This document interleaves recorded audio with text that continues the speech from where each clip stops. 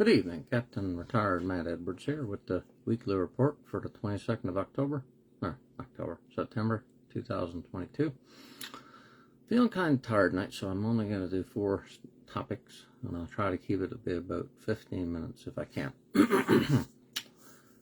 Issue number 121 on my draft ideas that I've been writing down and trying to make sure that they get documented.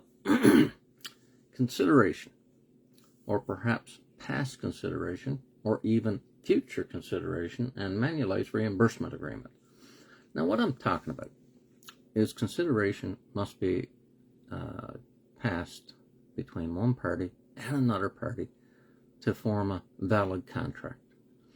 Now, if SISIP, the Service Income Support Insurance Plan, Policy 901102, if that is to be considered a valid contract, then money, consideration, must pass between one party and another party. Now, normally, that would be the person buying the insurance paying a premium, and they pay the money to the underwriter or the insurer, and that would be the basis of the contract. Because without the consideration, you don't have a valid contract. Now, why I brought up the phrase past consideration is in the reimbursement agreement that the Service Income Support Insurance Plan has. They say that you get to sign that document to repay them, and that's the consideration, but that's bullshit. That's what's called past consideration. If you get a payment under the Service Income Support Insurance Plan, and then later they say that payment is consideration for them to take your Canadian Forces or Canada Pension Plan, they're full of shit. Because past consideration is no consideration. Now, future consideration, I think that one might actually be a valid thing, but that's not what they say.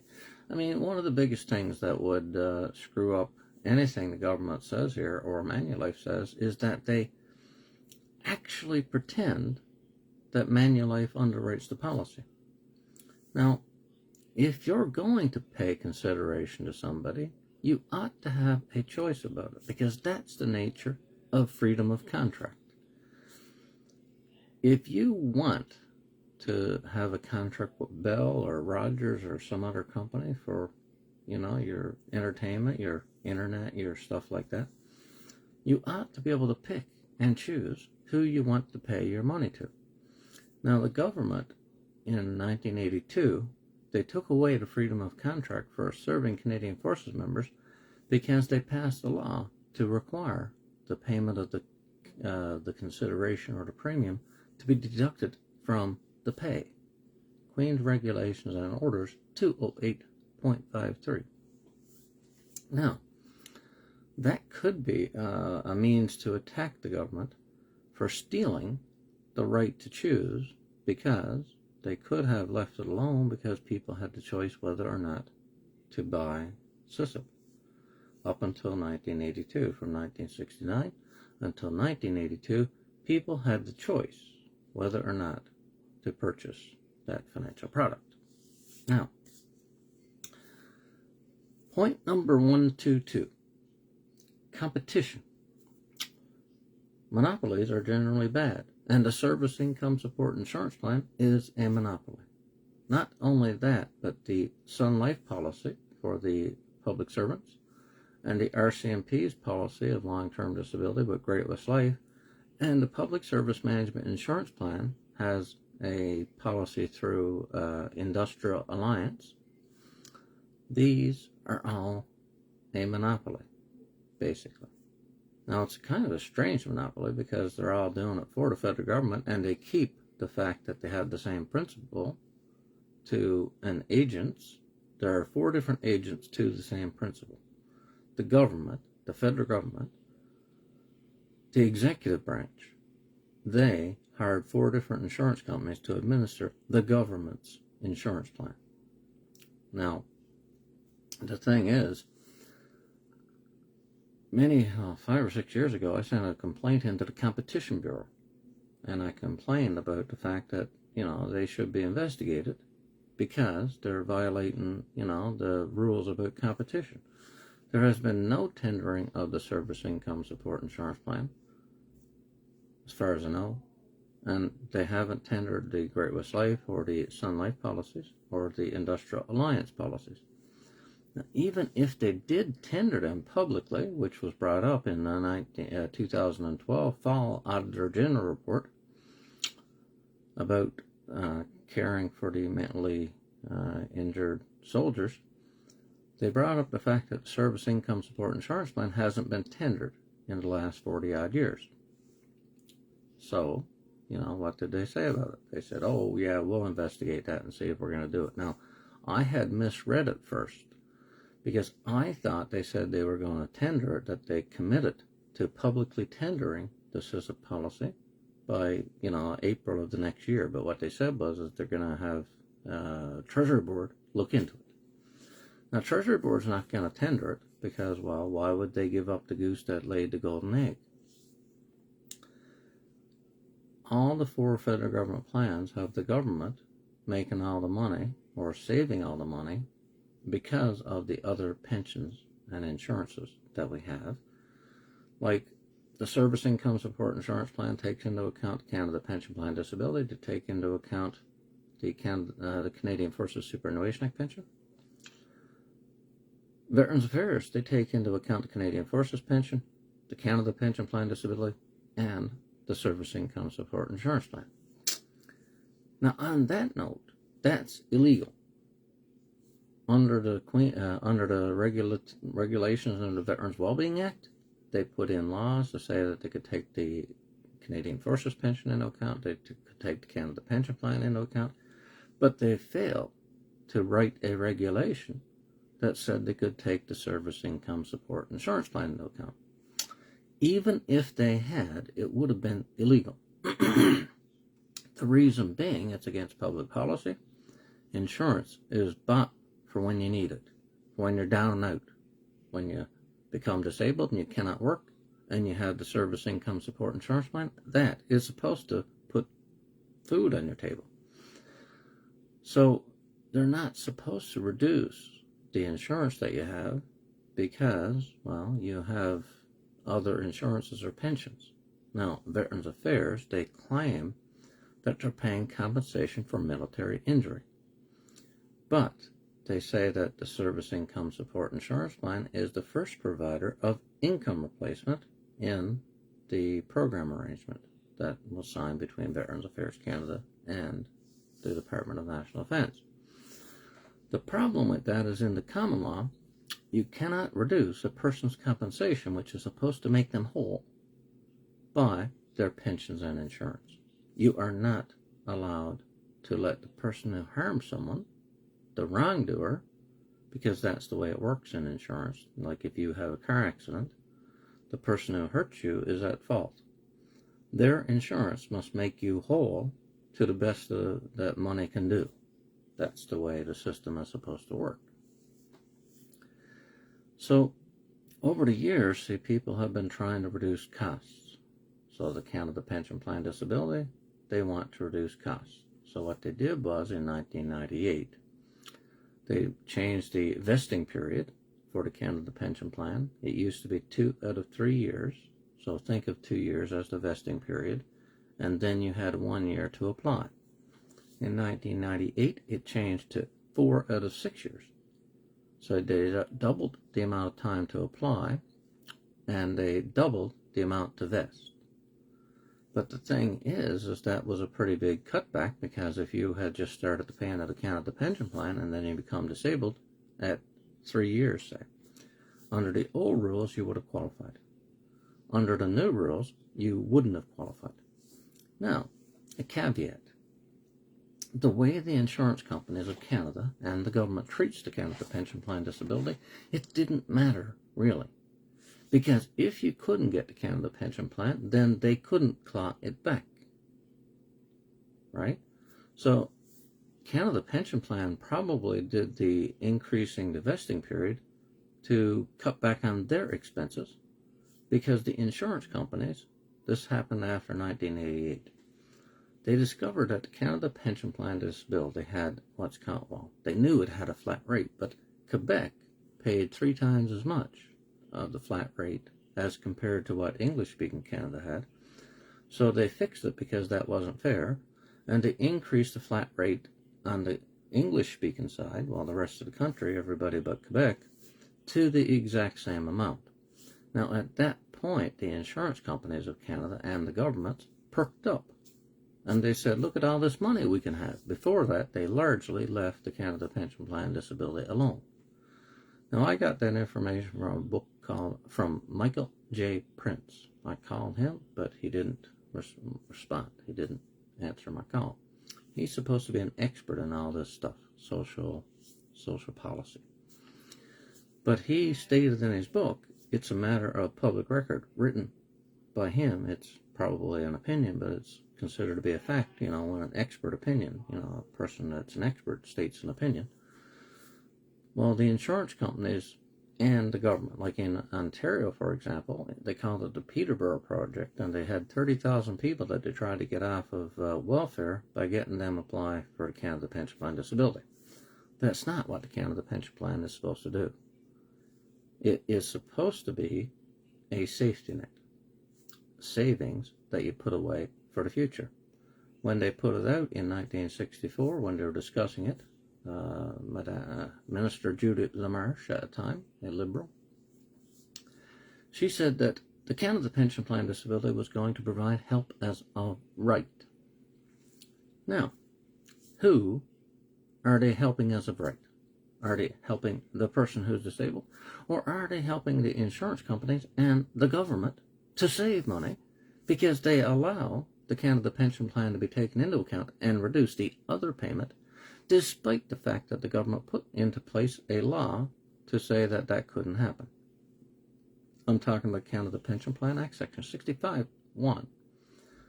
All pensions have laws that protect it.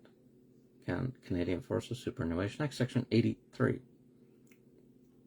Public Service Superannuation Act, Section 10, brackets 10. Don't know what the RCMP one is. But all of these laws are supposed to protect the property that the trustee holds onto for the benefit of the pensioner. But when the government is a creditor, because they want to be a creditor, they want to say that you owe them money, they are looking the other way about a law that they passed. A law that the legislators passed to protect the people who voted for them. We vote in a democracy, we put these people in place, and they put reasonable laws in place to protect people's pensions. And then they look the other way when they break the law that they wrote. Now, they could have left it out off the books, but then that wouldn't be a good precedent, because you don't want to have people losing their life savings, pensions or life savings, because then the government ends up paying anyway, because you would go looking for money off the government in welfare. So they're really protecting themselves by putting these laws in place to protect our pensions. But because, of course, they are very short-sighted, the pricks, they are ignoring the fact that they're breaking their own law. Okay, number 1, 2, 3, analyze and document my 4 Canada Pension Plan Disability applications. Now, I became too disabled to work at my civilian job around 2009, the end of 2008, the beginning of 2009. Now, I was 3 years on leave without pay. Then, the government said, shit or get off the pot. You either apply to get a medical discharge, or, basically, too bad, we're going to fill your job with somebody else and you're coming off of leave without pay. So then they made me apply for Canada Pension Plan Disability through Sun Life 4 times. First and the second one, the first time the doctor forgot to fill in the paperwork. I filled in my part, doctor didn't fill in his part. Canada Pension Plan said, too bad, your application is denied. Fill it out again, go through the whole thing again, and put in a new application. Now, I told them that was stupid. Why couldn't they just get what they needed from the doctor and then adjudicate the file?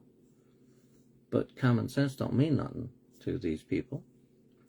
So they made me go through it again.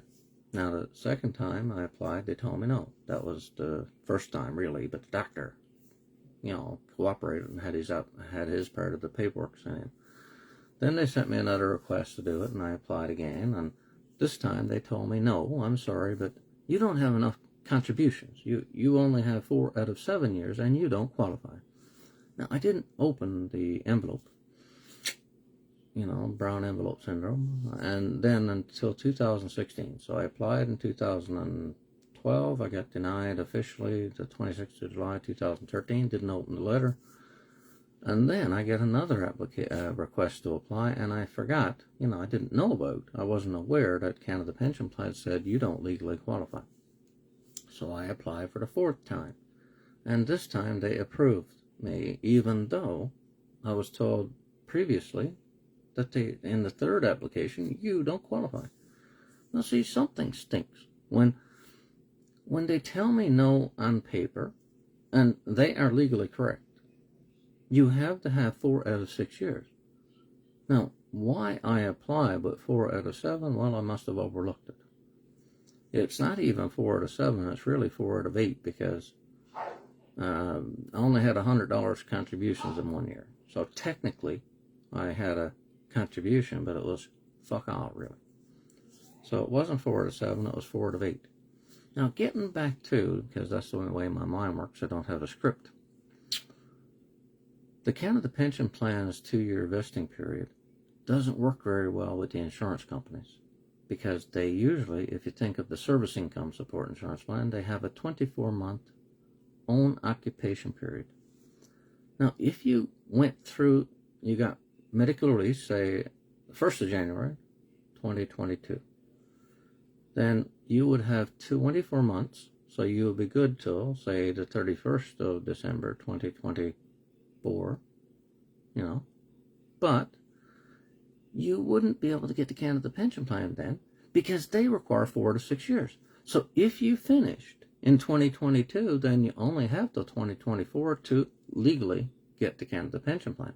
Now, you would still be on the own occupation, which is an easier definition to meet under the Service Income Support Insurance Plan. So the way that works is at about the 18-month mark, Manulife, who is the administrator but not underwriter. Now, people might say, why does he keep repeating that? I repeat that because hopefully it will stick in people's brain that in the Dennis Manou's class action, they said that the Chief of Defense Staff is the de facto underwriter, and the de facto insured person is the Canadian Forces member. Now, what does that mean? Well, it's de facto versus de jure. De jure is the reality, like on paper, Manulife is the underwriter. But de facto means, in fact, that is wrong. Manulife doesn't do anything to underwrite the policy. Now, the underwriter of an insurance policy takes the risk of profit or loss. You could insure people and then lose your shirt if you made some bad insuring decisions if you're the underwriter. Or if you make good decisions, you could make a lot of money, profit, whatever. But the thing is, the Government of Canada, the Chief of Defence Staff, according to the judge, is the de facto underwriter of the Service Income Support Insurance Plan, Policy 901-102. Now that will eventually, you mark my fucking words, that will sink their boat eventually, because it will come out that they have been lying to us all of this time. And insurance is a product called utmost good faith. Uber re fideis in Latin, if I can kind of bastardize, try my best at the Latin phrase. But it is very close to being a fiduciary arrangement. I've seen a case or two that said it was semi-fiduciary, because they are supposed to treat you with utmost good faith, and you are supposed to treat them with utmost good faith. So the fact of the matter is, the law requires you to have 4 out of 6 years. So if they require people, they ask people under threat of doing it anyway, if you don't cooperate. So what it is they send you a letter and they say, listen, we think that you can apply for and qualify for the Canada Pension Plan Disability.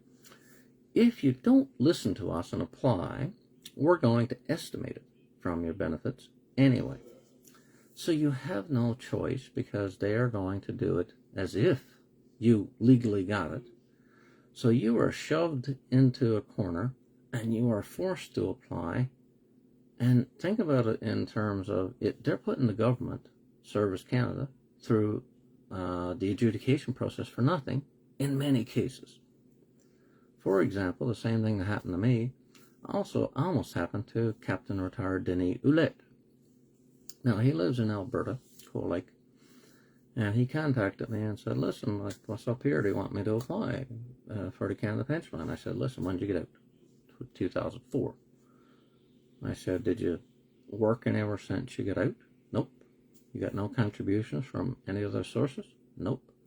Then you only had until 2006 that you could legally apply and get Canada Pension Plan Disability. But they were asking him in the fall of 2016. 10 years passed when he could legally get it. And they wanted him to apply for the Canada Pension Plan Disability to save money for themselves. They weren't acting in his best interest. Now, that was one issue he had, and I'm going to segue into another one, and then I got to go on to something else or I'll be here all night. Veterans Affairs Canada, they said he owed $137,000 because he was a Manulife class action participant, and they didn't give him his money after the case, when it was finished, until 2015. Okay, so they gave him his money in January of 2015, and between 2012, when the case ended, and January of 2015, when the Department of National Defense finally coughed up the money, not Manulife, he had been getting the earnings loss benefit in between because he wasn't getting SISIP. So then Veterans Affairs sent him a bill and said, you got overpaid. Now think back on what I was saying earlier, that there is no regulation that says they can take into account the Service Income Support Insurance Plan. But yet, they've been reducing his earnings loss benefit. Income replacement benefit is the new name, but it's the same thing. So they have been reducing his payment from the Government of Canada that is supposed to be compensation for his military injury, because they said he was getting the Service Income Support Insurance Plan at the same time when they were the cause of him not getting the damages. The payments for the Service Income Support Insurance Plan might be insurance normally, but this class action was because they didn't get all or most or some of their payment because their pension account reduced their Service Income Support Insurance Plan. Then they had to go to court to get what was legally owed to them in the insurance contract. Now that's what's called legal damages. Someone should have paid this much, but they only paid that much. And the difference, if you go to court and win, is damages. So Veterans Affairs shouldn't be allowed to do what they're doing with him and saying that you owe us $137,000 because you got the Service Income Support Insurance Plan during the same time that you were getting the earnings loss benefit, because you are not allowed to reduce compensation paid to extinguish the right, to legal compensation after you get hurt. And a contract dispute is when you get hurt financially. So they should have paid this much, they paid that much, and the difference is the financial damages. So they didn't get income, they didn't get insurance even, really, because if they had got it in the month they were owed, it would have been the insurance they bought and paid for. But because they had to go to court and get it through a judge, that changes its legal character. It is not insurance, it is not income, it is fucking damages. Contractual damages. But they still are taking the money out of them. And this is why I keep coming out and boring you guys and probably wasting my time. But it offends me that my country, my representative democracy, the people that we vote for, they are allowing the people that work for them, because it's not the lawmakers doing it, it's the executive branch. Because I'll remind people, we have three branches of democracy. We have the lawmakers we vote for. We have the executive branch, which in the states is the president run as the head of it and whatever, and here it's the president of Treasury Board. But the executive do things, the lawmakers make the laws, and then the executive enforces the law. And then if something goes wrong in the first one or the second one, then you go to the third branch of government, the judges, the judiciary, to seek a remedy. And that's the system we have. We have legislators, executive, and judges. Now, in my opinion, they should never have had to go to a judge for the Manulife case. On the very first day, McInnes Cooper alleged correctly that the Pension Act Section 30 was broken. Now, that is the exact same phrase, the type of term as Section 83 of the Canadian Forces Superannuation Act, Section 65(1) of the Canada Pension Plan Act, Section 1010 of the Public Service Superannuation Act. Basically, it says that no one can touch this money in law or equity. Now, they phrase it in that term because it cuts off clawback. If you go to court, someone owes you money, and you get a judgment in your favor, that's a legal remedy, and that's outlawed under the Pension Act because of Section 30, under the Canadian Forces Superannuation Act because of Section young fellow distracting me here a bit walking by, Section 83, and Canada Pension Plan, Section 65(1). You cannot get a judgment against these pensions. Now, equity is the other side of the coin, and that is the right where the right to clawback comes from. If I owe you and you owe me, the difference between what we owe each other is where you would be allowed to claw back, from the other person. And it doesn't rely on a contract or a law, it relies on common sense and justice.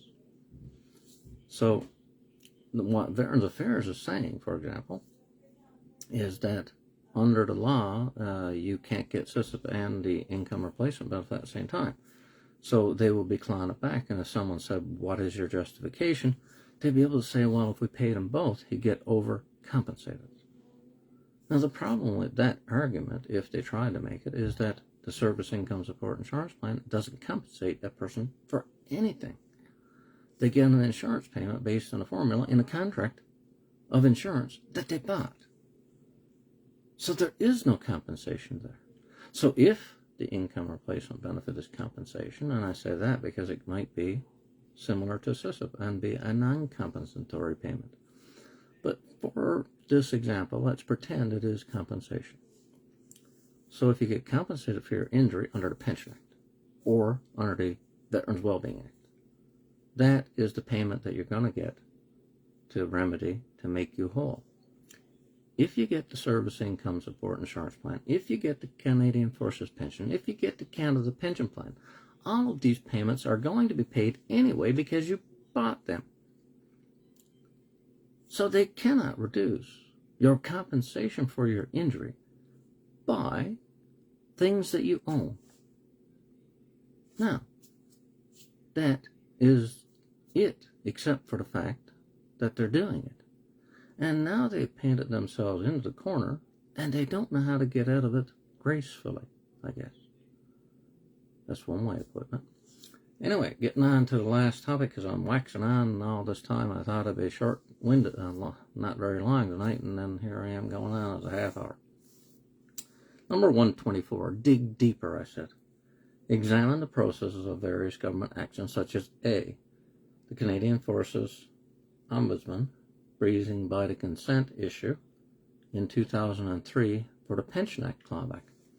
Because when I was reading the report that was the genesis of the Manulife class action, there was a point there that the Canadian Forces Ombudsman said that many veterans have, complained that there was a privacy breach when they get people to sign a consent form for a reimbursement agreement. But then they said that's okay because the person signed, so they gave them their consent. Well, the judge in the Manulife case talked about that, and he said that they had to sign it under duress, that basically they had no choice. Because if you didn't sign the consent form, they weren't going to process your application. And remember, insurance is needed when you don't have any other income coming in. So you are you're coerced into signing the consent form. Now, instead of looking at, because consent must be freely given and, what's the other one? Anyway, without duress. Well, that's the same thing. Anyway, my point about that is that they never examined it in a full contextual way. They shouldn't have said just, they signed it, so too bad. Now, that normally is exactly what's required if you sign a contract. You will be assumed to have the authority, the mental competence, to sign away whatever you sign away in a contract. But you can't sign away pensions and stuff because it doesn't matter. Under Section 167 of the Financial Administration Act, it says that anybody who signs a consent form, trying to remember the term, is invalid. It doesn't matter. You might sign it thinking you have the right to give somebody away, give something to somebody, but if they put a law into place and say that you don't own the right to assign, that's the word I was searching for, you can't assign the right to a Canadian Forces Pension, a Canada Pension Plan, or any of those things to someone else, because they are property rights. But the limitation is, as they say, it's good for the pensions that they're more secure. You can't have people go and get in a judgment, or you can't have people selling their pension, because they don't want that. It makes it complicated. So anyway, okay, B. The Auditor General filed a report and the duplication of items for the Department of National Defence and Veterans Affairs and cost to taxpayers.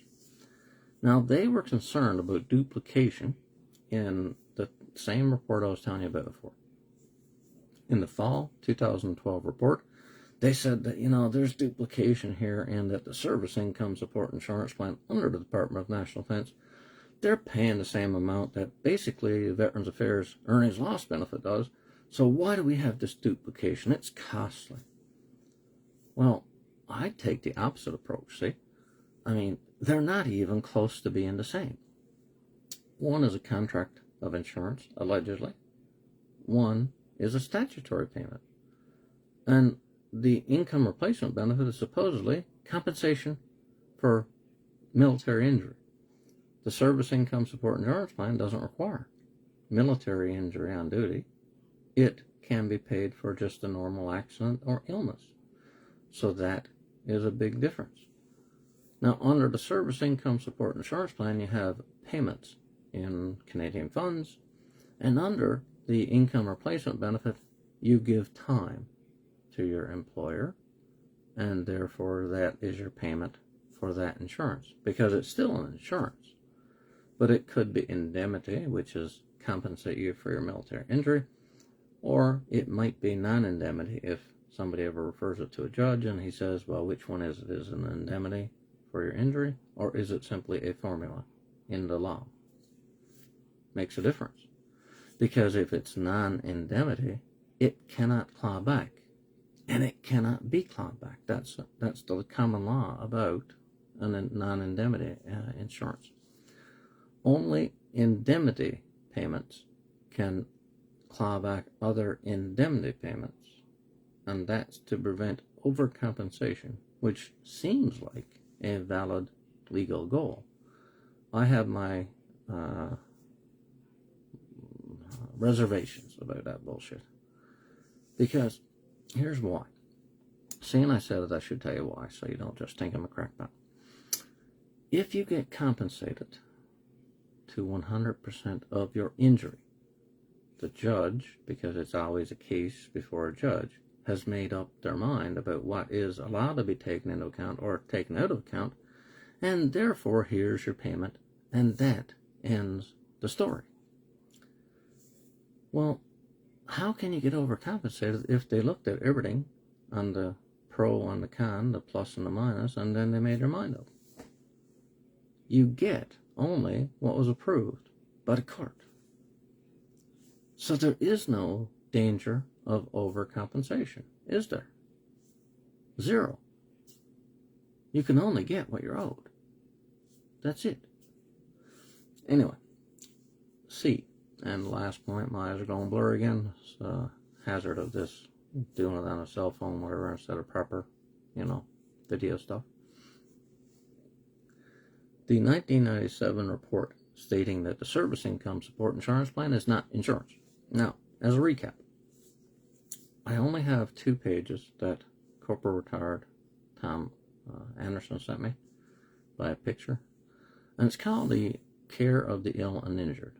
It was a Canadian Forces report, and he had a preliminary copy. It's not the full report. And in one of those, it said there is a myth that the service income support insurance plan is an insurance policy. Now, think about that. It's an insurance plan. It's supposedly underwritten by Manulife. There is a policy that purports that it's insurance called SISIP Policy 901102, in which it states that the Manulife is the insurer and the policy holder, or the owner, is the Chief of Defense Staff. Now, why would some Lieutenant Colonel, his name escapes me right now, why would he say that many people falsely believe that the service income support insurance plan is insurance? It's not insurance. See, that is gaslighting. You're telling people not to believe the truth. And why did he do that? Because in 2012, when the Manulife case came up, the judge said that the Chief of Defense Staff was the de facto underwriter. Now, what do you underwrite? You underwrite insurance. So why did they state that there was a myth in 1997, which was only 15 years prior to the case?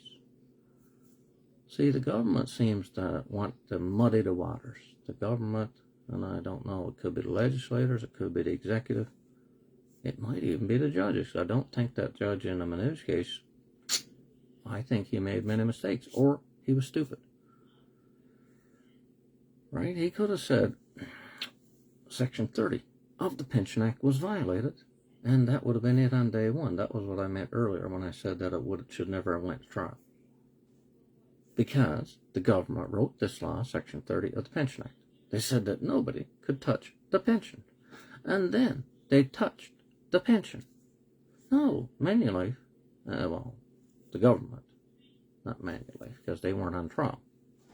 The Department of Justice affidavit states that, the McInnes Cooper claims that Section 30 of the Pension Act was violated.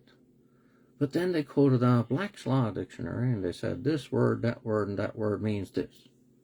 And they never thought about the fact that the fucking DOJ helped write Section 30 of the Pension Act, and it's a fucking conflict of interest for them fuckers to try to argue that the law that they fucking wrote, they weren't violating. It's absurd when you think about it. The Department of Justice lawyers have a duty to examine laws and help break the laws. The legislators are often fishermen or farmers, and they don't know anything about laws, so the DOJ is the one that drafts these laws. So to put into the law that no one can touch the Pension Act, in law or equity, they certainly knew what they were talking about as an institution. And then when McInnes Cooper brought it up, it was a very serious charge. And the judge ought to have rendered a decision whether or not McInnes Cooper was right. That's why I think the government asked for the case to be heard on a contract basis. Because they said that the case was going to be heard on a contract basis, they avoided, they sidestepped the issue of government illegality. But those are serious questions that need serious answers. just because they say that the law is open to interpretation, which is what my member of parliament said to me personally 4 years ago, maybe 5. I met with him in an open house. I outlined how they couldn't do this, like take things into account because it was legal and ethical and immoral and all that stuff. And then he looked at me and said the law is open to interpretation. Now that's a form of gaslighting too. If I had thought of it at the time, I would have said, you stupid cunt. Are you telling me, as a lawmaker, the laws you wrote, I can interpret how I please, you prick? Because that's what they seem to think. When it comes down to an interpretation, if it was a contract, it goes against the person who wrote it down. That came up in the Manulife case too. It's called contra profitorum. Now, I might have bastardized the saying, but basically, if you write the words in a contract and there's a dispute about what the words you wrote means, you think it means this, and the other person who didn't write it thinks it means something else, then the other person wins because you put your mind of writing those words into the contract. So it works the same way with the laws that the government writes. If they say that the words in the law are open to interpretation, no, they don't get to decide what it means. They might say, we meant it to be this, but I'm sorry, but didn't you have the means under your, your system? Didn't you have advice? And didn't you consult with the lawyers? And didn't you read all of the previous precedents and law and all that? And then you still wrote it in the manner in which you wrote. But you're trying to say that this is what you meant when you could have used different words or whatever. They don't seem to realize. They think that this is my, gut feeling. They think that this is what we meant. We wrote it, and therefore our word is better than the other person's interpretation. What a stupid fucking principle that would be. That would go against the contra profitorum. Now, people might say contract law is not the same as statutory law. Well, it kind of is. Judges in the law can look at laws that legislators make. And if they think that the legislators screwed up, they have two options sometimes. One is to read into the law what they think Parliament meant to do, and then sometimes they read out whatever offends the judges. And that's the way democracy is supposed to work. If somebody went to court and asked for the independent judge to examine this law, like Section 30, well, I'll use the Income Tax Act. Section 61F of the Income Tax Act is about taxes on the Service Income Support Insurance Plan. It contains a word explicitly put there by Parliament that says that the payment must be periodic in order to be taxed under the Income Tax Act. But if you get a lump sum, again, like the Manulife case, after the case they didn't get periodic payments, they got a lump sum of the payment that should have been periodic. Now, Parliament put the word, power line or something. Anyway, they could have left the word periodic, taken it out of, never put it into the law, and if someone went to court and they said this shouldn't be in there, then the judges can read out that word. But that word is there for a reason. What is the reason? We'd have to ask the people who put it there, or have somebody render a decision about why it's there. But there is no doubt that that word is there. So we have the executive branch, Canada Revenue Agency, they're ignoring the will of Parliament, the will of a democratic society. They put the word periodic in there. When a payment is issued that is not periodic, you cannot use Section 61F to charge taxes against it. You just can't legally do that. Now, the only reason I brought it up again is I use that one all the time is reading in, reading out, okay? But I still got a chance to flog that issue. Because many times I've gotten several payments under the Service Income Support Insurance Plan and the Sun Life that were not periodic, and that should not be issued. And I would argue, if they said, how will we handle it? I'd say, well, ignorance of the law is no excuse. The word periodic is there in the Income Tax Act. You didn't pay it to me on a periodic basis. So therefore, when you account for it, if you have to issue a T4A form, you don't put payments in there that were lump sum. Because if you do include payments that are not paid periodically, then you have violated a federal law. You want the government to charge taxes on money that the law states cannot be taxed. So the way to avoid that, because ignorance of the law is no excuse, and the Income Tax Act is a public law, so you cannot say, well, we didn't know that, because ignorance of the law is no defense. But again, is anybody going to take these people up on that when the government is getting taxes that it shouldn't get? They want to maintain their tax revenue. Now, last point, it's about the tax revenue. I looked at the amount of money that SISIP paid out over a bunch of years. I chose 2009 just out of badness, because I had a bunch of years to choose from. I chose that year. There was $40 million paid out to disabled veterans. Now, assuming a 20% tax rate, that will be $8 million in taxes. Now, if they had, say, half of the money being deducted, you had tax credits like the disability tax credit and the personal income tax credit. Let's say half of the money is all that could be charged tax on. So half of 40 million is 20 million. 20% tax rate is $4 million. You can't tell me the government will go broke. They will not go bankrupt. If they decided to make a special ruling that there wouldn't be any taxes paid on the Service Income Support Insurance Plan, you can't tell me that it is so essential that they maintain their tax base that they fuck over people who are defending the country and become disabled. Do you think that's fair? Now, they would say, well, that's not fair to the rest of the taxpayers, because the taxpayers are, they're bearing the cost of that program and this program and that program. So you would increase the normal taxes, but it would only increase the taxes for everybody else between $4 and $8 million. Again, I don't think that will break the bank. Anyway, thanks for watching me. A little bit longer than I meant to be at night.